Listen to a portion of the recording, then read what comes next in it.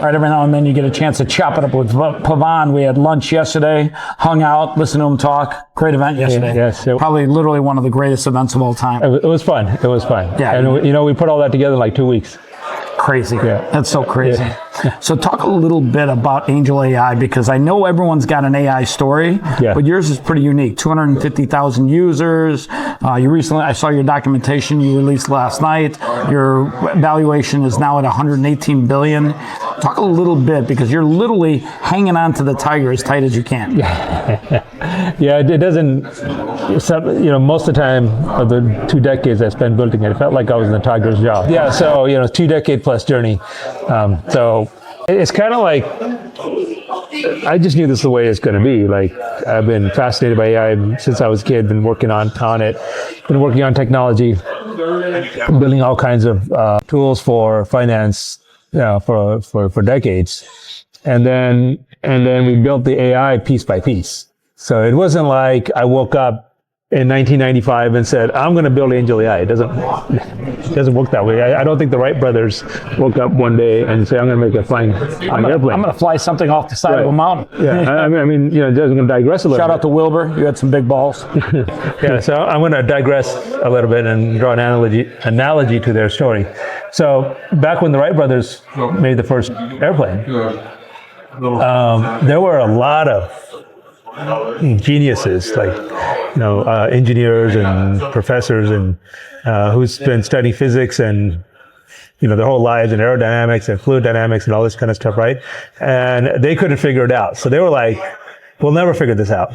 And here comes these 2 guys that owned a bicycle shop. 2 brothers, right? Yeah, Orville exactly. and Wilbur. Yeah, exactly. 2 brothers own a bicycle shop, just creative tinkerers with their hands, and they made the first airplane. So what happened was, a person with a better vision and instinct beat the guys with the degrees and all the other accolades, right? And I think that happens all the time. I mean, Apple Computer, same thing. If these guys in the garage, 4 guys in the garage, built a computer that IBM couldn't build, right? And also, I don't know if you know the story of I'm just looking at the microphone on your neck. There's a blue LED on it, blue diode, and the story of the guy who invented the blue diode, a Japanese scientist who invented it, is a similar story. I mean, he was way off in left field, like all by himself, while everyone else was going a different direction, right? And he did it with like a nothing budget, like less than $1 million, where Kodak and IBM and Xerox had spent hundreds of millions, billions of dollars on trying to make the blue diode. Right? Interesting. Yeah. So the reality in life, and this is like for everyone who's watching and thinking they can't do it, right? Is the only reason you can't do it is because the big corporations want you to believe you can't do it. Right? This is what happens. Right? And it's in their interest to say that, because they only have one thing that you don't have, which is a ton of money. Yeah, exactly. Right? And they want they want the world to believe that it's money power that gets them there, not brain power. But the reality is that it's brain power that gets you there, not money power. Money helps. Right? You need money, but brain power is greater than money power. What would you say money plays into the factor when it comes to money and brain power? Which one's more valuable? 60-40?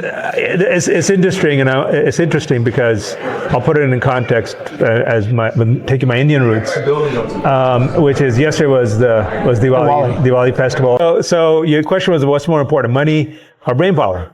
Well, so Diwali, which was yesterday, is also the celebration of Lakshmi. Lakshmi is the goddess of wealth. So the bottom line is that, like yin and yang, there's a balance in dharma that is your mind, your body, right, has to be in balance, right? And wealth feeds your body, right? And your mind is your spirit and your soul, right? So you can't have one without the other. So it's 50-50, it's equal parts to both. Right? That's sort of the lesson to learn from the ancients. Yeah, no, I think that's true. Yeah. I mean, capital does give you the ability to build out your team and get people's minds right too, because when you have capital, your mind operates in a more calm space. When you're struggling, it's one of 2 things. when you're struggling, it's one of two things. Either your mind is stressed out, which causes you negative energy, or your mind forces you to really focus because you got to make every minute count when you're struggling. Yeah. And that's the thing too is, you're looking at AI right now. It's no longer that AI is being built by humans. It's being built by AI now. To some degree, yes. I mean, Grok 5. Yeah. Grok 4 wrote Grok 5. Most. Yeah. Well, yeah. Yes and no. I mean, it's just is reinforcement learning, AI training AI. Is that AI building AI? I think there's some things. No. It actually wrote the code. Yeah. It used the code generation, right? Yeah, but, exactly. We use it a lot internally. We use cloud to write a lot of our code, but it only goes so far. You still need. Well, it only goes so far today. Give it 6 months. I've watched in the last year AI grow at a exponential pace.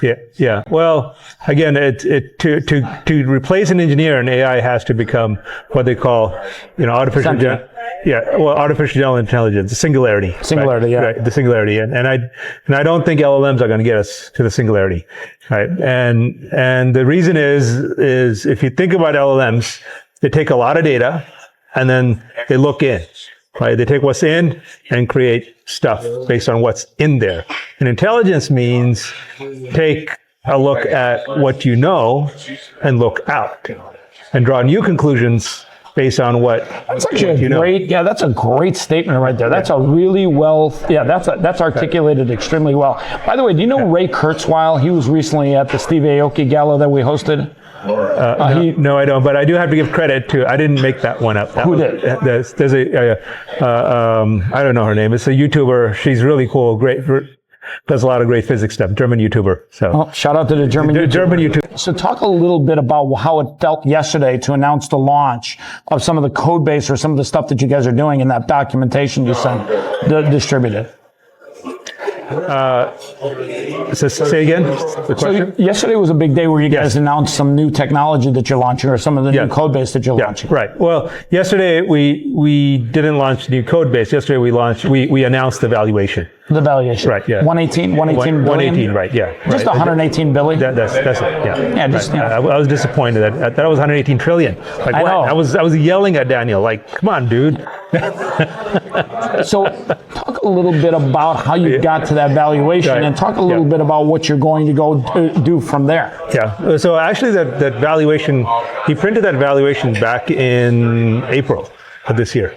And we, due to market timing and there's other internal structuring steps that we had to take. So we announced it yesterday. So the valuation is based on the intellectual property that's contained within the Angel AI Intelligence ecosystem. You have like 100 patents, right? 105, I think 110 now. That's awesome. Right. So, and these are technology patents, these right? are, all AI related, AI and blockchain related patents. Now, patents have a 7-year shelf life, right? I thought it was 14 years or something. Okay, maybe technology's longer. I don't remember offhand. Yeah. Not expert on that. So you got 105 of them. Yeah.